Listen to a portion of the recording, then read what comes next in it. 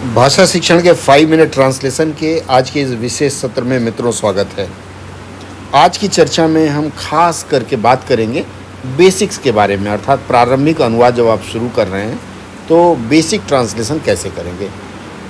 Screen पर आप 10 वाक्य देख पा रहे होंगे। इन 10 वाक्यों का हम अनुवाद करके देखेंगे और इन अनुवाद के तरीकों पर भी बात करेंगे। सबसे पहला है द कैट इज़ ब्लैक। देखिए, मैंने 2 दिन पहले बताया था द के प्रयोग के बारे में। ऐसे वाक्यों में ये जो द होता है, अंग्रेजी में लिखते हैं द, अंग्रेजी में होता है द का प्रयोग हिंदी में नहीं होता है।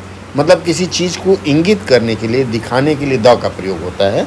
तो द कैट का मतलब हो गया बिल्ली, और क्या है, इज़ ब्लैक। चूँकि देखिए बिल्ली जो है यह संज्ञा है और यह जो ब्लैक शब्द है उसका रंग है, तो बिल्ली काली है।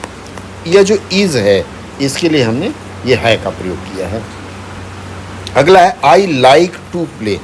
लाइक जो शब्द है यह क्रिया है। कौन सी क्रिया है? क्रिया की विशेषता बता रहे हैं। टू प्ले जो शब्द है यह खेलना। तो आई हमेशा हिंदी व्याकरण में याद रखिएगा, सबसे पहले कर्ता आता है, तो यहाँ आई का मतलब होता है मैं। यहाँ प्ले जो है, ये जो प्ले है, खेल जो शब्द है, खेल यह क्रिया है, उसमें ना लगा करके क्रियार्थक संज्ञा बनाया जाता है। मतलब खेलना जो है यहाँ संज्ञा है। तो अगर आप हिंदी अनुवाद देखेंगे तो सबसे पहले कर्ता, कर्ता के बाद कर्म और उसके बाद क्रिया, इस रूप में प्रयोग किया जाता है। तो यहाँ कर्ता हो गया मैं, कर्म हो गया खेलना, और लाइक जो हो गया पसंद करना। पसंद करना यहाँ क्रिया रूप में लिया, तो पसंद करता हूँ। अगर आप लड़की हैं तो आप इसको लिखेंगे मैं खेलना पसंद करती हूँ। तीसरे में चलते हैं सी हैज़ ए रेड बॉल। ये देखिए, ये जो हैज़ है इसका मतलब पॉसेस करना, वर्ब ऑफ पॉसेशन कहते हैं। आप उस आधार पर न देखें तो आप इसको ऐसे देख सकते हैं कि सी का मतलब है, सी मतलब वह होता है लड़की के लिए, लेकिन यहाँ इस वाक्य में वह का प्रयोग हम उसे के रूप में, ठीक है, ये उसे या उसके रूप में। चूँकि वर्ब ऑफ पॉसेशन है तो यहाँ जो शब्द है, अर्थात जो सर्वनाम शब्द है, वह उसके का प्रयोग करेंगे। हैज़ का मतलब पास, पॉसेशन मतलब पास है, उसके पास क्या है, ए रेड बॉल, एक लाल गेंद है। चलिए अगले वाक्य में कर रहे हैं। अगला वाक्य है माई डॉग इज़ बिग। माई का मतलब होता है मेरा और डॉग का मतलब होता है कुत्ता, ठीक है। देखिए दोनों में पहले संज्ञा शब्द लिया हमने, सर्वनाम या संज्ञा, कर्ता या कर्म। मेरा कुत्ता कैसा है? बड़ा है। बड़ा क्या हो गया? ये बिग जो हो गया एडजेक्टिव है, विशेषण है, तो मेरा कुत्ता बड़ा है। We eat apples. वी जो है, वी का मतलब हम लोग होता है, लेकिन चूंकि यहाँ लोग ना भी लिखें तो चलेगा, लोग छुपा रहता है, तो हम आप लिख सकते हैं, लोग एक साथ लिख सकते हैं, हम लोग भी लिख सकते हैं। हम लोग क्या करते हैं? एप्पल्स। अब एप्पल्स का मतलब ये बहुवचन में है, सेव का सेवों, लेकिन यहाँ अनुवाद करते समय उसको बहुवचन नहीं एक वचन में ही लिखते हैं। गलती से सेवा हो गया है। हम लोग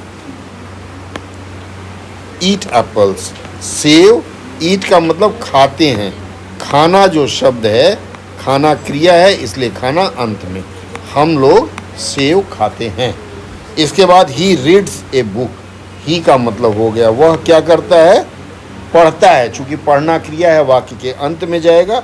एक बुक, वह एक किताब, यहाँ देखिएगा पढ़ता है। अब एक चीज़ और ध्यान दीजिएगा, चूँकि ही है इसलिए रीड्स का प्रयोग किया गया, अन्यथा ही के जगह आई या वी होता तो ये रीड्स के जगह रीड का प्रयोग होता है। अगले वाक्य में चलते हैं। The flower is yellow. Flower, the flower मैंने ऊपर दिखाया है ना, तो द का अनुवाद नहीं होता हिंदी में। फ्लावर, फ्लावर का मतलब होगा फूल।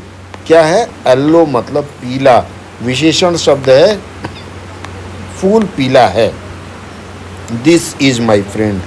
दिस इज का मतलब यह है, यह क्या है? माई का मतलब मेरा, यह मेरा। चूँकि देखिएगा कर्ता और कर्म दोनों एक साथ रहते हैं, या दो संज्ञा सर्वनाम शब्द एक साथ ले सकते हैं।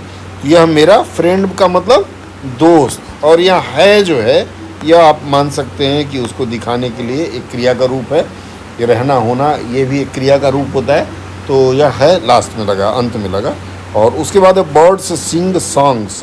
बर्ड्स, अब देखिए बर्ड्स का मतलब होता है चिड़िया, एक चिड़िया। इसका बहुवचन लिखना होगा तो इसके ऊपर चंद्रबिंदु लगा देंगे।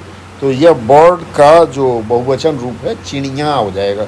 चिड़िया सिंग सॉन्ग, सिंग मतलब गाती हैं, सॉन्ग्स मतलब गाना, लेकिन यहाँ सॉन्ग्स है, बहुवचन है तो गाने और गाती हैं। चूँकि यहाँ बहुवचन है इसलिए है में बिंदी हैं होगा। और इसी तरह आई गो टू स्कूल, कौन? मैं। कहाँ जाता हूँ? ये मैं जो हो गया सब्जेक्ट अर्थात कर्ता हो गया, और स्कूल कर्म हो गया। ऑब्जेक्ट, ये सब्जेक्ट है, ये ऑब्जेक्ट है, और गो टू जो है ये वर्ब है। तो हिंदी में जब अनुवाद करेंगे तो वर्ब अंत में जाएगा। तो मैं कहाँ जाता हूँ? स्कूल को हम लोग लिखते हैं विद्यालय। गो टू का मतलब जाता हूँ।